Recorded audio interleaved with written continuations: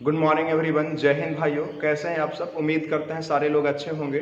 जैसे कि मैंने आपको पहले कहा था कि एयरफोर्स का जो अग्निवीर बैच मैं स्टार्ट किया हूं 20 डेज के लिए, उसका जो सेट सॉल्यूशन होगा, जो क्वेश्चंस का सॉल्यूशन होगा। Good morning everyone. जय हिंद भाइयों, कैसे हैं आप सब। उम्मीद करते हैं कि सारे भाई हमारे अच्छे होंगे और तैयारी कर रहे होंगे अच्छे से। जैसे कि मैंने आपको पहले कहा था कि जो मैं एयरफोर्स अग्निवीर एयरफोर्स का मैं बैच लाया हूं 20 डेज के लिए, उसका जो सॉल्यूशन होगा, सेट का जो सॉल्यूशन होगा, उसे मैं यूट्यूब पे डेली अपलोड करूंगा। तो आज डे फर्स्ट है, आज हम लोग डे फर्स्ट का वीडियो रिकॉर्ड कर रहा हूं मैं। इसके बाद डेली मैं चीज़ों को कंटिन्यू रखने का प्रयास करूंगा, कोशिश करूंगा। सबसे बड़ी बात कि मेरा सेटअप काम नहीं कर रहा है, वर्किंग नहीं है, इसीलिए हम वीडियो को उतना परफेक्शन के साथ रिकॉर्ड नहीं कर सकते हैं भाई। मेरा सेटअप काम नहीं कर रहा तो साउंड प्रॉब्लम हो सकता है, बगल का भी साउंड कैच कर सकता है और वीडियो क्वालिटी भी अच्छा नहीं हो सकता, फिर भी एडजस्ट कीजिएगा। मैं मोबाइल से आज वीडियो रिकॉर्ड कर रहा हूँ। तो चलते हैं भाई, बिना देर किए हुए इंग्लिश सॉल्यूशन को मैं स्टार्ट करता हूँ। देखिएगा, पहला जो आपका लिया गया है इंग्लिश क्वेश्चंस में, जो 20 क्वेश्चंस होते हैं, उसमें जो क्वेश्चंस पहला लिया गया है, एक क्वेश्चन है आपका रीडिंग पैसेज से। थोड़ा सा मैं रीडिंग पैसेज को पढ़ देता हूं, उसके बाद मैं सारे क्वेश्चंस को लगा दूंगा। देख लीजिए, देख लीजिए। Wikipedia is now its 17th century. This multilingual, web-based, free content encyclopedia is an open editable model. कह रहा है कि विकिपीडिया कब 17th ईयर की बात कर रहा है, 17th ईयर की बात कर रहा है। दिस मल्टीलिंगुअल मतलब बहुत सारे भाषा, मल्टीलिंगुअल का मतलब हो गया बहुत सारे भाषा। वेब बेस्ड, वेब पे बेस्ड है। फ्री कंटेंट, आपको कंटेंट फ्री में मिल जाता है। Encyclopedia is open editable model, जो इंसाइक्लोपीडिया है उसको आप एडिट कर सकते हैं, एडिटेबल मोड में है, मॉडल में है, इसको आप एडिट कर सकते हैं। Wikipedia is written by mostly anonymous internet volunteers. जो विकिपीडिया लिखा जाता है अधिकांशतः वैसे लोग को द्वारा लिखा जाता है, वैसे इंटरनेट वॉलेंटियर्स के द्वारा लिखा जाता है, जो क्या होते हैं, अनोनिमस होते हैं, जिनका नाम ज्ञात नहीं होता, नाम वो अपना डिक्लेयर नहीं करते। आगे चलते हैं छोटो। हु कंट्रीब्यूट विदाउट पे, जो अपना कंट्रीब्यूशन देते हैं बिना किसी पेमेंट का, बिना किसी आय का। आगे है क्रिएटेड इन 2001, जिसका निर्माण क्रिएट किया गया कब, 2001 में। Wikipedia has grown quickly and is today one of the largest reference website. कह रहा है कि विकिपीडिया जो है ग्रोन किया है तेजी से, और आज के समय में देखा जाए तो सबसे बड़ा वेबसाइट बन के उभरा है। आगे है with almost 78 million visitors a month. कह रहा है कि ध्यान दीजिएगा, विकिपीडिया पे लगभग 78 मिलियन विजिटर्स प्रत्येक मंथ क्या करते हैं, विजिट करते हैं। एवरीडे, प्रत्येक दिन। People from all over the world, जो पूरे संसार से जो लोग हैं प्रत्येक दिन, वो contribute by editing and creating new articles. वो डेली बाबू डेली एडिट करते हैं, क्रिएट करते हैं नए नए आर्टिकल्स को और अपना जोड़ते हैं किसमें, इंसाइक्लोपीडिया में। New articles to augment the knowledge को बढ़ाने के लिए नए नए आर्टिकल को जोड़ते रहते हैं। That is held by Wikipedia, encyclopedia आदि आदि। तो यहाँ पे कहने का बस यही से सेंस है कि नए नए लोग, नए नए वॉलंटियर्स बिना किसी पेमेंट के, जो गूगल होता है या कहीं पे और होता है, वो अपने नॉलेज को क्या करते हैं, जोड़ते हैं, क्रिएट करते हैं, एडिट करते हैं, जिसके कारण ये जो इंसाइक्लोपीडिया है और विकिपीडिया है वो क्या होते जा रहा है, वास्ट होते जा रहा है, जिस कारण से हम लोग किसी भी चीज के नॉलेज को इजीली गेन कर सकते हैं। देखते हैं भाई, पैसेज पढ़ते हैं। थोड़ा सा मैं वीडियो को जल्दी करवाने का प्रयास कर रहा हूँ, क्योंकि इसके बाद मेरा ऑफलाइन बैच है 6 बजे से और अभी का 5:15 बज चुका है, तो हम ज्यादा लेट नहीं कर सकते हैं।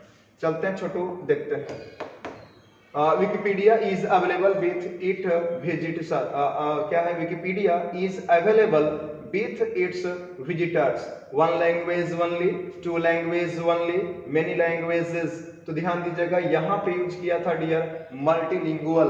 मल्टीलिंगुअल का मतलब होता है मेनी लैंग्वेज। डियर, जहां कभी भी आपको देखने को मिले, जहां कहीं भी देखने को मिले मल्टी का मतलब होता है मेनी।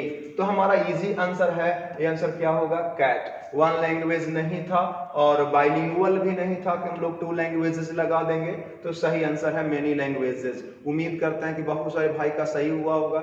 ठीक है, सही नहीं हुआ तो अब देख लीजिएगा, चीजों को आपको समझ में आ जाएगा। चलते हैं क्वेश्चन नंबर 2 की ओर। मैं पैसेज तो पहले ही पढ़ चुका हूं, तो चलते हैं क्वेश्चन नंबर 2 की ओर। Wikipedia is a web page. Wikipedia एक वेब पेज है जो क्या है, which can be corrected by anybody, जो किसी के द्वारा करेक्ट किया जा सकता है। Which can be read by anybody but can't contribute, कह रहा है कि रीड किसी के द्वारा किया जा सकता है लेकिन कंट्रीब्यूट नहीं किया जा सकता। ये तो गलत है। एकदम स्पष्ट लिखा है पैसेज में कि कंट्रीब्यूट हर लोग करता है। हर लोग, पूरे संसार से कोई भी लोग इसको एडिट कर सकता है, क्रिएट कर सकता है अपने नॉलेज को, तो ये गलत है। Which can be corrected by anybody but it's correction can't be read bye anyone, कह रहा है कि ये करेक्ट तो किया जा सकता है लेकिन इसके करेक्शन को कोई नहीं पढ़ सकता है। ये बिल्कुल गलत है। सारे लोग इसको ध्यान दीजिएगा क्या करते हैं, पढ़ते हैं। जो एडिट किया जाता है, करेक्ट किया जाता है। तो आप पैसेज के अनुसार देखोगे तो मोस्ट अप्रोप्रिएट जो आंसर है वो कौन है, फर्स्ट है। Which can be corrected by anybody, ऐसे भी हो सकता था विच can B edited by anybody, किसी के द्वारा क्रिएट किया जा सकता है और किसी के द्वारा एडिट किया जा सकता है। आगे चलते हैं क्वेश्चन नंबर 3 की ओर। क्वेश्चन नंबर 3 देखिएगा भाई, how many people visit Wikipedia every month, कह रहा है कि लगभग कितने पीपल प्रत्येक मंथ विकिपीडिया को विजिट करते हैं। तो आप यहां से देख रहे हैं एवरी डे 28 मिलियन, पैसेज में दिया हुआ है 28 मिलियन। अच्छा मुझे बताओ 1 मिलियन बराबर कितना होता है। 1 मिलियन बराबर होता है 10 लाख। कितना, 10 लाख। तो जब 1 मिलियन बराबर 10 लाख होता है तो ध्यान दीजिएगा 28 मिलियन है तो हम लोग यहाँ पे 0 लगा देंगे और ये आपका 1000 का, ये आपका जो होता है 1000 वाला होता है। तो यहाँ पे हम लोग ऐसे दे देंगे, ठीक है। तो ये हमारा हो गया 28 मिलियन, और 28 मिलियन को देखोगे आप अपने नॉर्मल स्टैंडर्ड में तो ये हमारा 1000 का होता है ना, ये क्या होता है 1000 का होता है। और ध्यान दीजिएगा आप ऐसे भी देख सकते हैं इकाई, दहाई, सैकड़ा, इकाई, दहाई, सैकड़ा, हजार, 10,000, लाख, 10 लाख और क्या हो गया करोड़। कहने का मतलब हो गया भाई 7.8 करोड़। 7.8 करोड़ हमारा क्या हो गया, सही आंसर हो गया।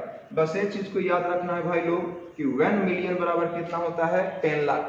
1 मिलियन बराबर 10 लाख। अगर आपको कोई बोलेगा 3 मिलियन भी हो गया है उसका यूट्यूब वीडियो पर 3 मिलियन, तो इसका मतलब हो गया कितना गया है, 30 लाख गया है। कितना गया है छोटू, 30 लाख। आप मैथ पढ़े होंगे तो चीजों को लिखना इजीली जानते होंगे। तो ध्यान दीजिएगा आपका 78 मिलियन का मतलब इतना हुआ और इतना का मतलब हुआ आपका 7.8 करोड़। चलते हैं नेक्स्ट क्वेश्चन की ओर।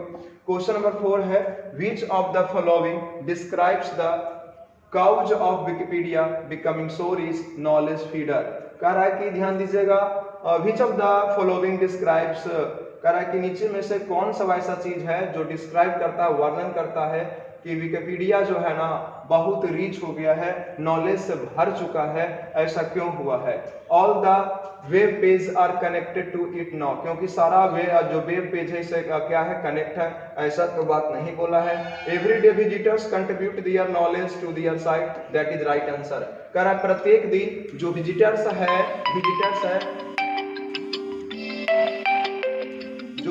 है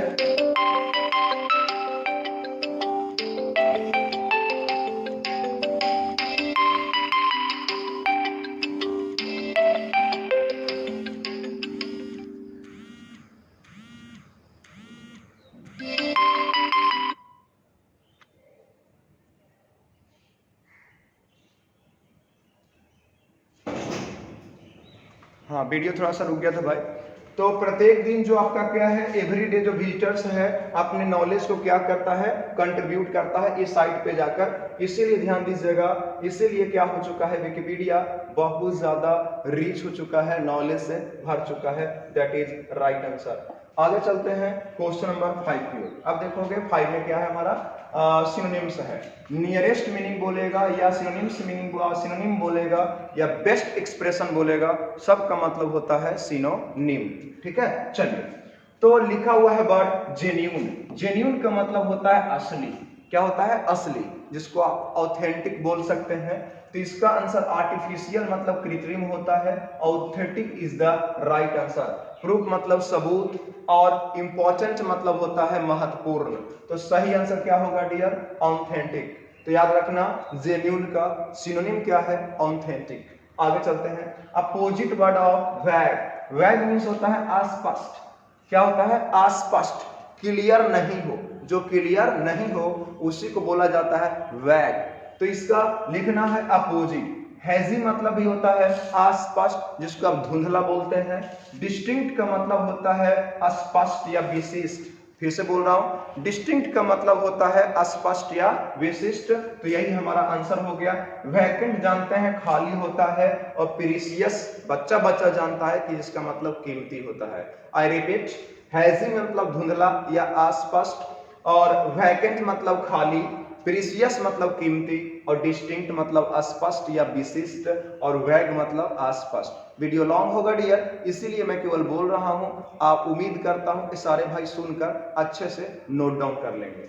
आगे चलते हैं क्वेश्चन नंबर 7 की ओर। देखिएगा 7 क्वेश्चन जो है आपका एरर का क्वेश्चन है। The shopkeeper told Mohan steel is hard. करा है कि ध्यान दो, शॉपकीपर जो है मोहन से कहा कि स्टील क्या होता है? हार्ड होता है। ठीक है, यह स्टील हार्ड होता है, अच्छी बात है। आप इसको यूनिवर्सल ट्रूथ के रूप में ले सकते हैं। तो स्टील इज हार्ड बिल्कुल सही है। लेकिन ध्यान दीजिएगा, ए भी आपका नाउन है और ए भी आपका क्या है? नाउन है। और दो नाउन को जोड़ने के लिए आपको कंजंक्शन का यूज करना पड़ेगा। दो नाउन को जोड़ने के लिए कंजंक्शन का यूज करना पड़ेगा। और जब कंजंक्शन का यूज करेंगे तो यहाँ पे हमको सिंपल कंजंक्शन बोले तो दैट का यूज करना पड़ेगा। किसका? दैट का।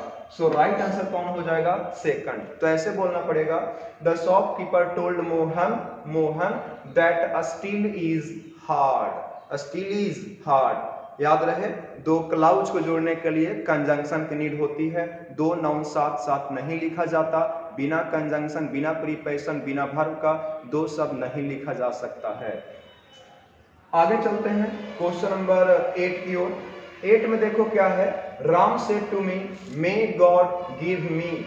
मे गॉड गिव मी। राम मुझसे कहा मे गॉड गिव मी। ये थोड़ा सा अलग प्रकार का सेंटेंस है, इस प्रकार का क्वेश्चन नहीं पूछना चाहिए। अब देखोगे, आप गिव मी कोई वर्ड है नहीं, आप गिव के पहले कोई नॉर्मल प्रीपोजिशन लगाइएगा तो गिव ही में चेंज हो जाएगा और यहाँ पे मीनिंगलेस रहेगा।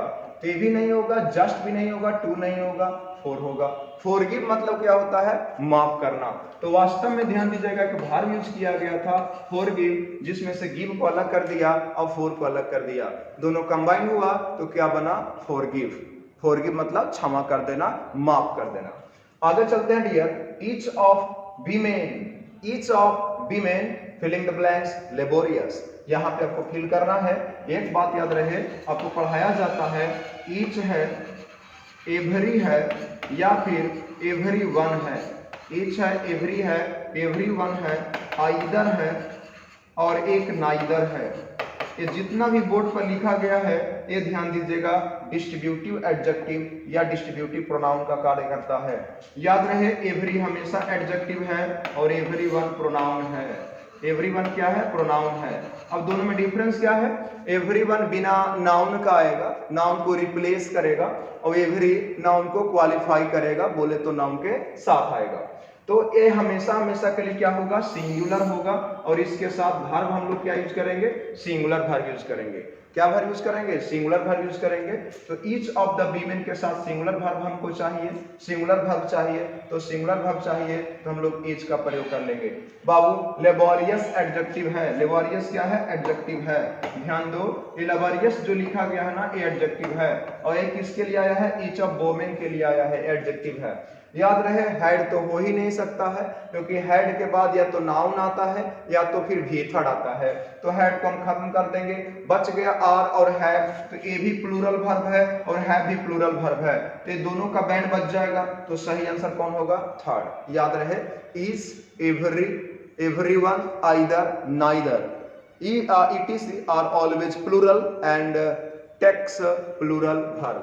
ETC are always plural and take क्या होता है? Plural verb. ये हमेशा प्लूरल होते हैं और प्लूरल वर्ब लेते हैं, इसीलिए सही आंसर क्या होगा? इज। आते हैं नेक्स्ट क्वेश्चन की ओर। नेक्स्ट क्वेश्चन देखो, अगला क्वेश्चन लिया गया है आपका वन वर्ड सब्स्टिट्यूशन से। कह रहा प्लेस जहां पे शिप को मैन्युफैक्चर किया जाता है, प्लेस जहां पे शिप को बिल्ड किया जाता है, बनाया जाता है, तो उस जगह का आपको नाम बताना है। बाबू ध्यान दीजिएगा, ड्रे एक अलग वर्ड हो गया जिसको इससे कोई मतलब नहीं है। हैंगर का मतलब होता है खुट्टी या टंगना, इस हैंगर का मतलब होता है खुट्टी या टंगना, और एक होता है हैंगर, ए वाला इंपोर्टेंट है, ये भी छाप लीजिएगा, HANGAR। इस हैंगर का मतलब होता है जहां पे एयरक्राफ्ट को, जहाज को रखा जाता है। आई रिपीट, जहां पे जहाज को रखा जाता है तो जहाज को रखने की स्थान को बोलते हैं हैंगर। और GER रहेगा तो खुट्टी या टंगना, जिसमें आप कपड़ा आदि को टांगते हैं। और शिप यार्ड और डॉकयार्ड, बहुत सारे बच्चे डॉकयार्ड लगा देते हैं जो कि गलत आंसर है। इसका सही आंसर है आपका शिप यार्ड। शिप यार्ड का मतलब होता है जहाज बनाने की स्थान, जहां पे जहाज को बनाया जाता है उसको शिप यार्ड बोला जाता है। और डॉकयार्ड क्या है? वैसी जगह जहां पे शिप्स को लोड या अनलोड किया जाता है, जहां पे शिप को लोड या अनलोड किया जाता है, या फिर वैसा कोई इक्विपमेंट जिसके माध्यम से शिप को रिपेयर किया जाता है, तो उसे हम लोग क्या बोलते हैं? डॉकयार्ड। तो डॉकयार्ड हम लोग नहीं लगा सकते हैं, क्या लगाएंगे? बॉल। फिर से सुन लीजिएगा, ऐसे डॉकयार्ड और शिपयार्ड दोनों सिनोनिम्स होते हैं। अगर ध्यान दीजिएगा बॉल नहीं होता ऑप्शन में तो थोड़ा देर के लिए इसका आंसर आप एप्पल लगा सकते थे, फर्स्ट लगा सकते थे, लेकिन बॉल के प्रेजेंस में आप एप्पल के थ्रू नहीं जा सकते, आपको बॉल को ही चुनना पड़ेगा। आई रिपीट, डॉकयार्ड उस प्लेस को बोलते हैं जहां पे शिप्स को लोड और अनलोड किया जाता है, ध्यान दीजिएगा। और शिपयार्ड का मतलब होता है वैसा स्थान जहां पे शिप्स को बनाया जाता है, रिपेयर किया जाता है, मेंटेन किया जाता है, तो उस जगह को बोलते हैं क्या? शिपयार्ड। आगे चलते हैं, मर्डर ऑफ मैन। इसका मैं कल देख रहा था सारे भाई का कॉपी, तो बहुत सारे लोग गलती लगाए हैं। लोग जानते हैं कि साइड मतलब होता है हत्या, साइड मीन्स क्या होता है? हत्या, बोले तो मर्डर, क्या बोले तो मर्डर। ध्यान दीजिएगा, एक क्लास वाला माहौल यहाँ पे थोड़ा सा नहीं हो पाता है कैमरा के सामने, क्योंकि हमारा ये सेंस नहीं होता है कि आपका टाइम को किल किया जाए, टाइम बर्बाद किया जाए, वेस्ट किया जाए। इसीलिए थोड़ा सा मैं जब भी यूट्यूब पर पढ़ाया, आज तक मेरा जितना भी वीडियो अपलोड है वो सारे वीडियो में मैं सीरियस होकर पढ़ाया कि जितना भी दे रहा हूँ मैं कुछ कंटेंट बेस ही बात करूँ, इधर उधर का बात नहीं करूँ। ऑफलाइन क्लास में थोड़ा बहुत इधर उधर हो भी जाता है, हम लोग इंटरटेन कर भी लेते हैं तो काम चल जाती है। तो ध्यान दीजिएगा, थोड़ा भी आप भी सीरियस होकर पढ़िएगा डियर, कॉन्सेंट्रेट होकर पढ़िएगा और सारे चीजों को अच्छे से समझिएगा। साइड मीन्स होता है मर्डर, या फिर बोल सकते हैं किलिंग, बोलिए तो हत्या। तो बहुत सारे लोग जानता है कि किलिंग मतलब साइड मतलब मर्डर होता है या किलिंग होता है हत्या, जिसके साथ भी साइड जोड़ देंगे तो मतलब हत्या हो जाएगा, गलत चीज। सबका अलग अलग रूट होता है जो ग्रीक और लैटिन से आया है, डायरेक्ट सब किसी वर्ड में साइड नहीं जोड़ सकते। कल बॉय का हत्या, लड़का का हत्या तो आप बॉय साइड नहीं बोल सकते, कल फादर की हत्या तो आप ऐसे फादर साइड नहीं बोल सकते। सबका अपना अपना रूट है और उसी रूट से उसका बनाया गया है वर्ड। ध्यान दीजिएगा, मैनी साइड कोई वर्ड नहीं होता। रिजिसाइड मतलब होता है राजा की हत्या, रिजिसाइड मतलब क्या होता है? राजा की हत्या। होमिसाइड मतलब होता है किसी पर्सन की हत्या, क्या होता है? किसी पर्सन की हत्या। तो सही आंसर हो जाएगा होमिसाइड। और फिलिसाइड का मतलब होता है पुत्र हत्या, क्या होता है? पुत्र हत्या। अच्छा, साइड वाला जो आपका OWS है, रूट वर्ड वोकेबुलरी है, ये बहुत ज्यादा एग्जाम में पूछता है। तो अगर पॉसिबल होगा तो आप YouTube पर एक वीडियो मेरा है जो 10 से 15 मिनट का है, भाई देख लीजिएगा, जिसमें मैं 15 वर्ड पढ़ाता हूं जो रिलेटेड होता है साइड से, देख लीजिएगा। तो उम्मीद करता हूं कि इससे बाहर नहीं आएगा। और जो भाई वीडियो को पहले देखे हुए थे YouTube पे, उनसे क्वेश्चन स्किप नहीं हुआ होगा। तो मर्डर ऑफ अ मैन बोलेंगे तो उसको क्या बोलेंगे? होमिसाइड। आत्महत्या को क्या बोलते हैं? सुसाइड। राजा की हत्या को रिजिसाइड। पुत्र हत्या क्या होता है? फेलिसाइड। बहन की हत्या सोरोरिसाइड। माँ की हत्या मैत्रिसाइड। पेरेंट्स की हत्या पैरिसाइड। पिता की हत्या पैट्रिसाइड। राजा की हत्या रिजिसाइड। पत्नी की हत्या इग्जोरिसाइड। और राजा की हत्या क्या होता है? रिजिसाइड। अपनी हत्या क्या होता है? सुसाइड। और एक होता है सामूहिक हत्या, सामूहिक हत्या नरसंहार जिसको बोलते हैं, उसको बोला जाता है जेनोसाइड। एक मूवी आया था कश्मीर फाइल्स, उसमें जेनोसाइड की बहुत ज्यादा चर्चा किया गया। तो जेनोसाइड का मतलब होता है सामूहिक हत्या। उम्मीद करते समझ। देखिए क्वेश्चन नंबर 12 में क्या है? Women's cloth is more than costly men's cloth ऐसा कुछ सेंटेंस दिया हुआ है, इसमें एरर पकड़ना है कि एरर क्या है। तो देखिएगा बी में यहाँ पे क्या है, पर्सन है, इसका पोजेशन है क्लोथ पे, तो अपॉस्ट्रोफी एस बिल्कुल सही है। अब क्लोथ सिंगुलर है तो इसके लिए इज भी बिल्कुल सही है। लेकिन बीमेन का जो क्लोथ है, इसका जो कंपैरिजन है वो मेन के क्लोथ से किया जा रहा है। तो ध्यान दीजिएगा, कंपैरिजन किया जा रहा है तो देन तो बिल्कुल सही है डियर, देन बिल्कुल सही है। अच्छा एक बात याद रखो कि मोर किसके लिए है, कॉस्टली के लिए। और आप जानते हैं कि मोर कॉस्टली कंपैरेटिव नहीं बन सकता। कंपैरेटिव होता है क्या, कॉस्टली का कंपैरेटिव होता है कॉस्टलियर। क्या होता है, कॉस्टलियर। और आप जानते होंगे कि जिसका कंपैरेटिव IER से बन जाए या ER से बन जाए उसमें मोर लगाना क्या होता है, गलत। कल को कोई लिखेगा मोर टॉलर, मोर स्मार्ट या मोर टॉल या मोर यंग, तो गलत माना जाएगा। आई रिपीट, जिसमें ER लगाने से कॉम्पेरेटिव बन जाए वहां मोर लगाना क्या होता है, गलत होता है। तो कॉस्ट नाउन है और नाउन में LY जोड़ेंगे तो कॉस्टली एडजेक्टिव है, और जब कॉस्टली एडजेक्टिव है तो इसका कॉम्पेरेटिव डिग्री बनेगा कॉस्टलियर। जैसे कि डर्टी का डर्टियर, हेवी का हेवियर। तो यहाँ पे क्या था, कॉस्टलियर होना चाहिए था, तो एक एरर था। और एक एरर और था डियर कि देन का पोजीशन कॉस्टलियर के बाद होना चाहिए, तो पूरा का पूरा एरर था। यहाँ पे होना चाहिए कॉस्टलियर, कॉस्टलियर क्या, देन। तो ये सही एक्सप्रेशन होगा। अब देन प्रीपोजिशन का प्रयोग कंपैरेटिव के पहले नहीं कर सकते, कंपैरेटिव के बाद करना होता है। जैसे I am than taller you, नहीं I am taller than you. तो कुछ इस प्रकार का हम लोग एक्सप्रेशन यूज करते हैं कंपैरेटिव के बाद देन। आई रिपीट, कॉस्टली का कंपैरेटिव कॉस्टलियर और प्रीपोजिशन जो देन लगेगा कॉस्टलियर के बाद। चलते हैं नेक्स्ट क्वेश्चन, चलते हैं आगे। नेक्स्ट क्वेश्चन में देखोगे, क्वेश्चन नंबर है आपका 13। Ram was congratulated his friends success. ध्यान दीजिए, बहुत इंपॉर्टेंट है, इसको एकदम याद कर लेना, रख लेना।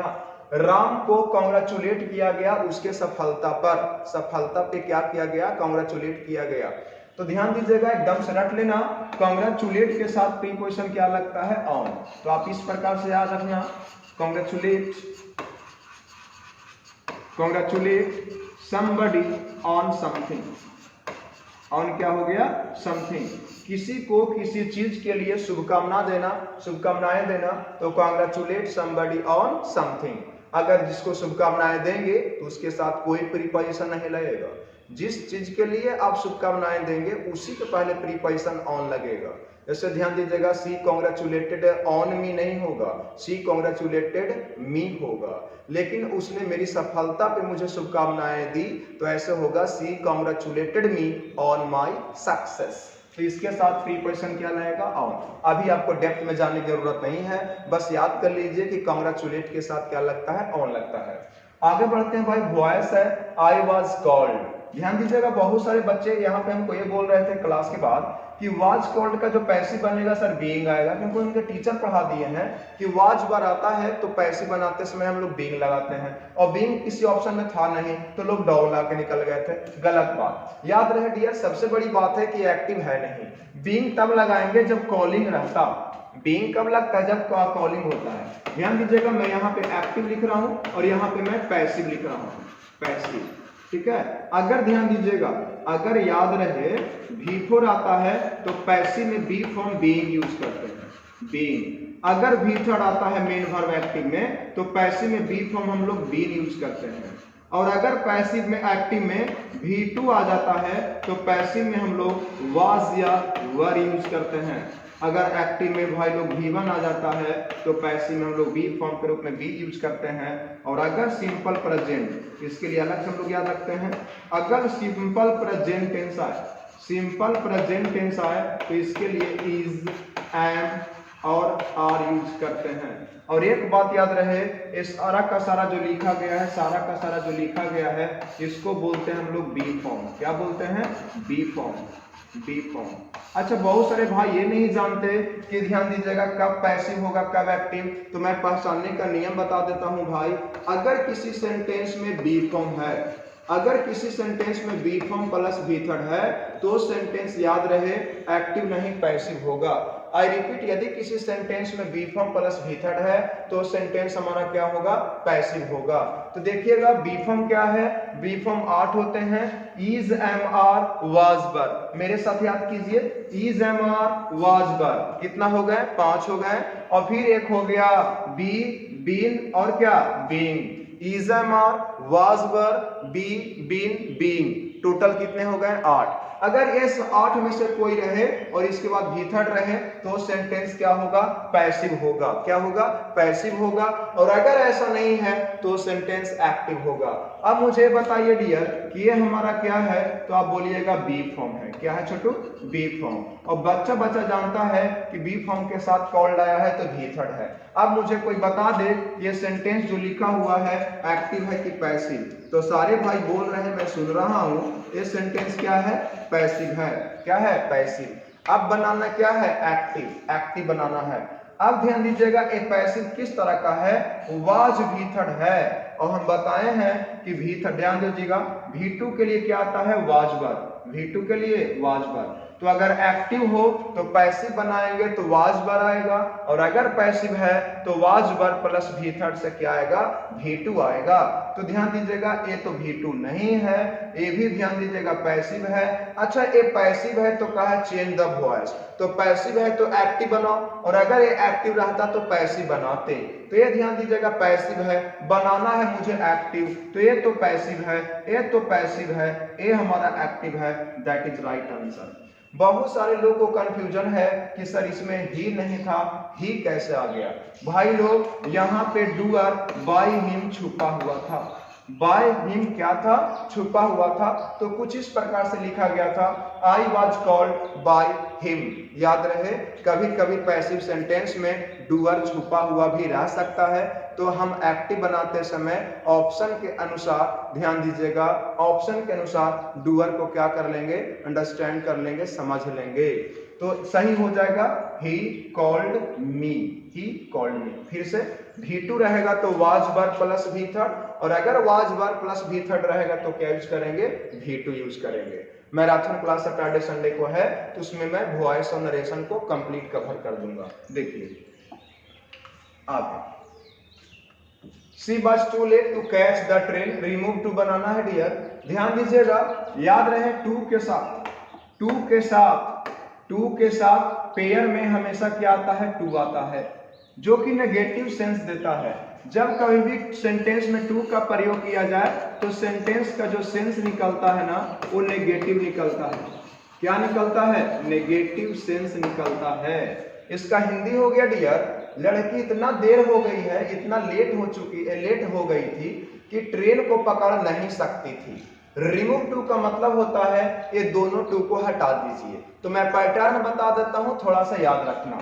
सबसे पहले लिखेंगे सी, उसके बाद लिखेंगे वाज, और टू हटता है तो लिखते हैं सो, और सो के बाद लिख देंगे लेट। याद रहे डियर, इस टू के बाद टू भी वन लिखते हैं, लेकिन सो के बाद हम लोग दैट क्लॉज लिखते हैं, दैट। और आप जानते हैं कि दैट कंजंक्शन है, भाई जानता है कि दैट क्या है, कंजंक्शन। और कंजंक्शन के बाद क्या आते हैं, क्लाउज। और क्लाउज क्या होता है भाई, सब्जेक्ट प्लस वर्ब को क्या बोलते हैं, क्लाउज। तो कह रहा है कि इतना देर हो चुकी है कि वो ट्रेन को कैच नहीं कर सकती। कौन नहीं कैच कर सकती, सी। तो फिर से क्या लिख देंगे बाबू, सी।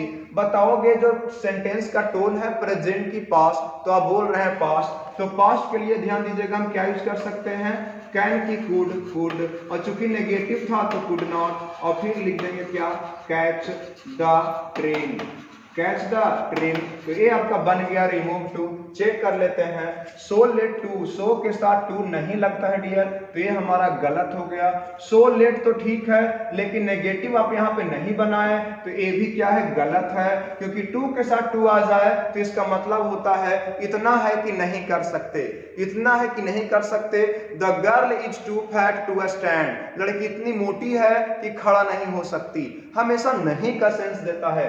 सी बात सो लेट, सी बात सो लेट सही है, कंजंक्शन दैट भी सही है, और पास्ट के लिए कुड आया सही है, नोट नेगेटिव बिल्कुल सही है, दैट इज राइट आंसर। अच्छा बाबू, अगर यहाँ पे इज रहता, फिर से सुनिएगा, अगर यहाँ पे मान लो कि इज रहता, इज, तो इसका रिमूव टू कैसे बनता, तो बनता सी इज सो, सॉरी हाँ ठीक है, she so late late that she can not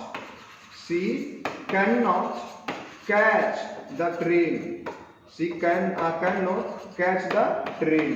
तो याद रहे जब यहाँ पे वाज वर रहेगा तो हम लोग कुड यूज करेंगे, और अगर इज एम आर प्रेजेंट का सेंस रहेगा तो कैन यूज करेंगे।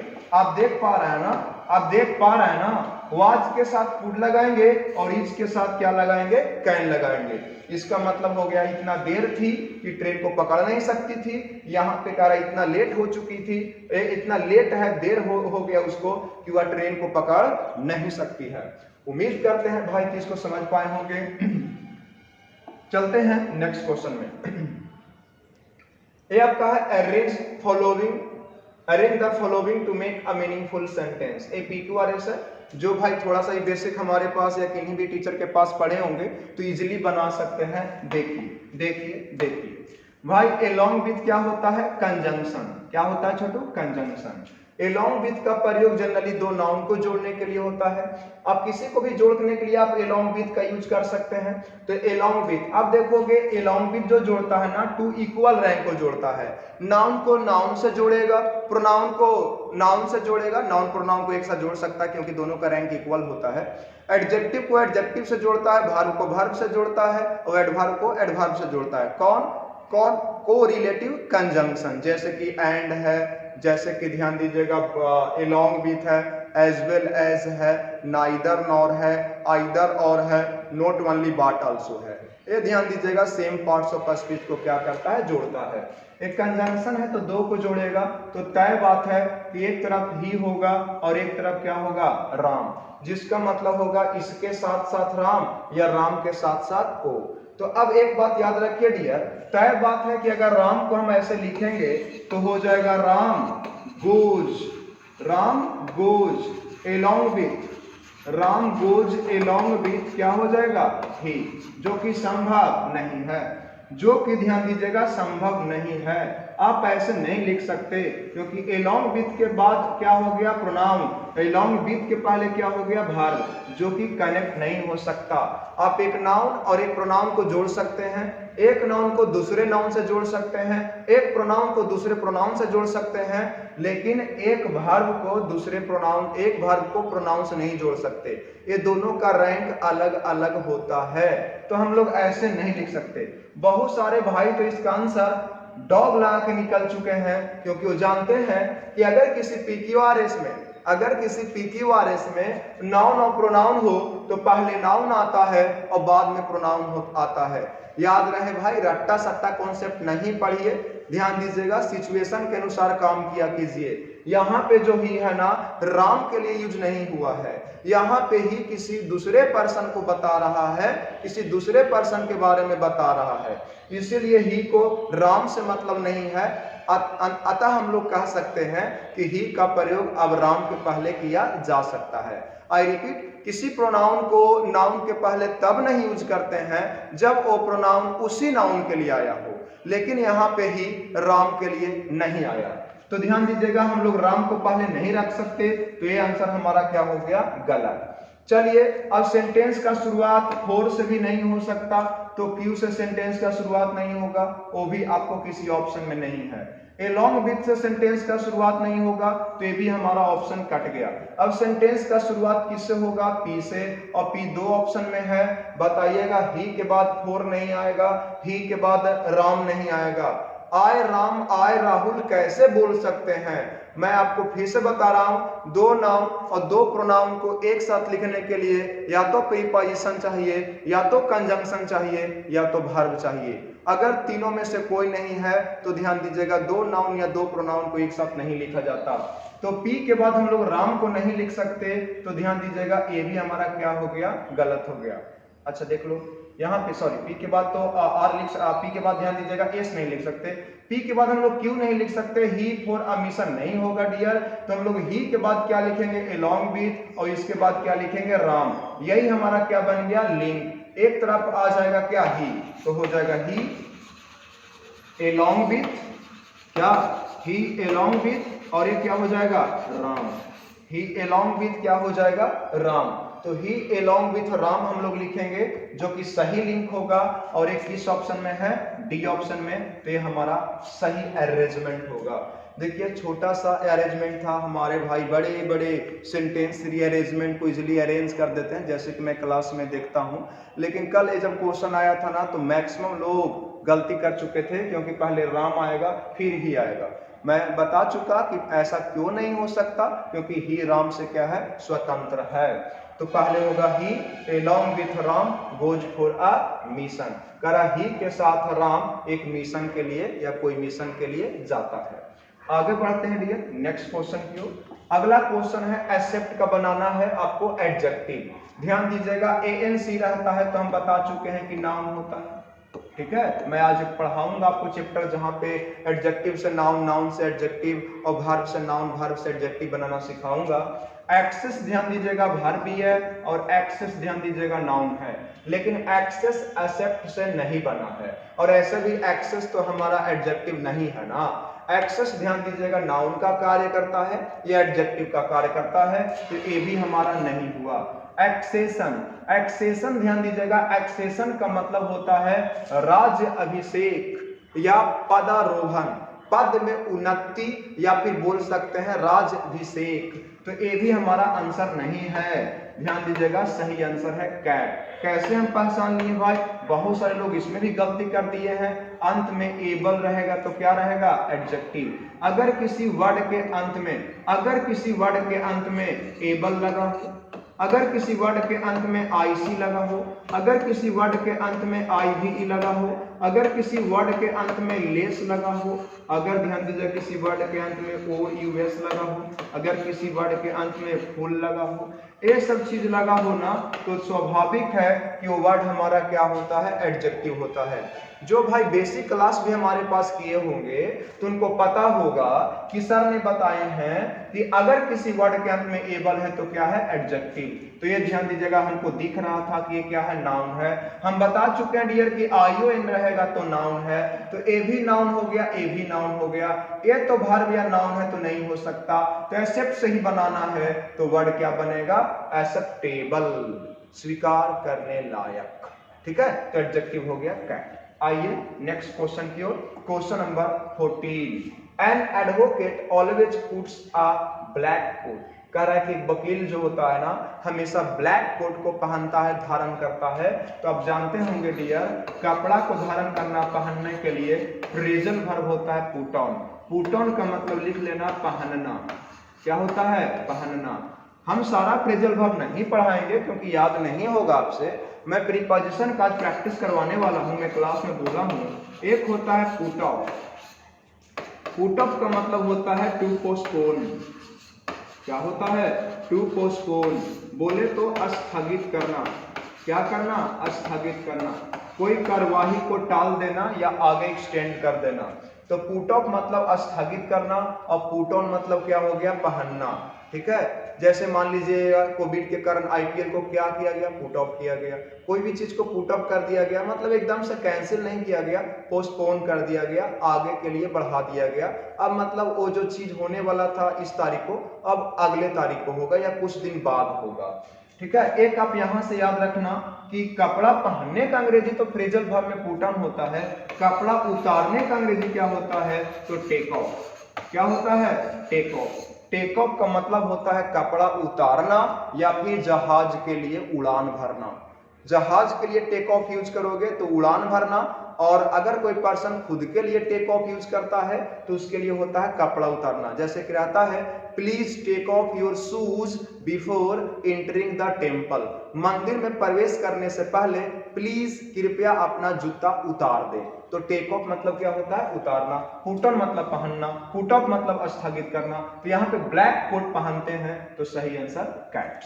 आगे बढ़ते हैं छोटू, क्वेश्चन नंबर देखोगे आपका है 19। I have already warned you your carelessness, कह रहा है कि मैं आपको केयरलेसनेस के बारे में पहले से क्या कर दिया हूं, अलर्ट कर दिया हूं, सावधान कर दिया हूं कि आप सावधान हो जाइए। तो ध्यान दीजिएगा, किसी खतरा होने से, किसी खतरा से बचने के लिए किसी को पहले सचेत करना, सावधान करना। वार्न के साथ प्रीपोजिशन लगता है अगेंस्ट। क्या लगता है, अगेंस्ट। अच्छा बाबू ध्यान दीजिएगा, वार्न के साथ, ऐसे तो वार्न का मतलब चेतावनी देना होता है, वार्न के साथ जब अबाउट या ऑफ लगता है तो इसका मतलब होता है बताना या किसी चीज के बारे में किसी को जानकारी देना, बताना या फिर किसी चीज के बारे में किसी को जानकारी देना। और वार्न के साथ डियर ध्यान दीजिएगा, अवे भी लगता है और ऑफ भी लगता है। इसका मतलब है किसी खतरे से किसी को दूर रहने के लिए कहना, किसी खतरे से या किसी व्यक्ति या वस्तु से किसी को दूर रहने के लिए बोलना, तो उसके लिए आएगा वार्न, अवे या ऑफ। वार्न अबाउट या ऑफ का मतलब होगा किसी चीज के बारे में जानकारी देना, बताना। और वार्न अगेंस्ट का मतलब होगा किसी खतरे से किसी को पहले सावधान करना। जैसे कि सरकार ने कोविड-19 से हम लोग को पहले ही सतर्क कर दिया था, तो वार्न अगेंस्ट कोविड-19। आगे चलते हैं छोटू, लास्ट क्वेश्चन है आज का, question number 20। At last he triumphed his difficulties, वो अपने सारे कठिनाइयों को क्या किया, सारे कठिनाइयों को अंततः ओवरकम किया, काबू पाया सारे कठिनाइयों पर। तो ओवरकम करना, काबू पाना, ध्यान दीजिएगा ट्रियम्फ के साथ क्या लगेगा, ओवर। ट्रियम्फ ओवर का मतलब होता है विजय प्राप्त करना, किसी मुसीबत, किसी डिफिकल्टी, किसी चैलेंज पर काबू पाना, ओवरकम करना। तो याद रखना ट्रियम्फ ओवर समथिंग का मतलब होता है काबू पाना, कंट्रोल में करना। तो ये 20 क्वेश्चन था इंग्लिश का जो कल के दिन ऑफलाइन आपका सेट हुआ था। जो भाई हमारे साथ ऑफलाइन नहीं जुड़ पा रहे हैं उनके लिए इसका पीडीएफ टेलीग्राम चैनल पर दे दिया जाएगा, टेलीग्राम चैनल को ज्वाइन कर लीजिएगा। अगर हम एयरफोर्स के लिए अलग से सीरीज लाते हैं, मेरा सेटअप बन जाता है, तो आपको इन्फॉर्म कर लिया जाएगा। जो भाई हमारे चैनल को पंकज इंग्लिश को सब्सक्राइब नहीं किए हैं, चैनल को प्लीज सब्सक्राइब कर लीजिएगा ताकि अपडेट आपको मिलता रहे। इस वीडियो में यहीं तक, देखते हैं अगला वीडियो अगर रिकॉर्ड हो पाता है तो इसके बाद मैं मैथ और रीजनिंग करवा देता हूँ। तो इसमें यहीं तक भाई, thank you so much, bye, Jai Hind.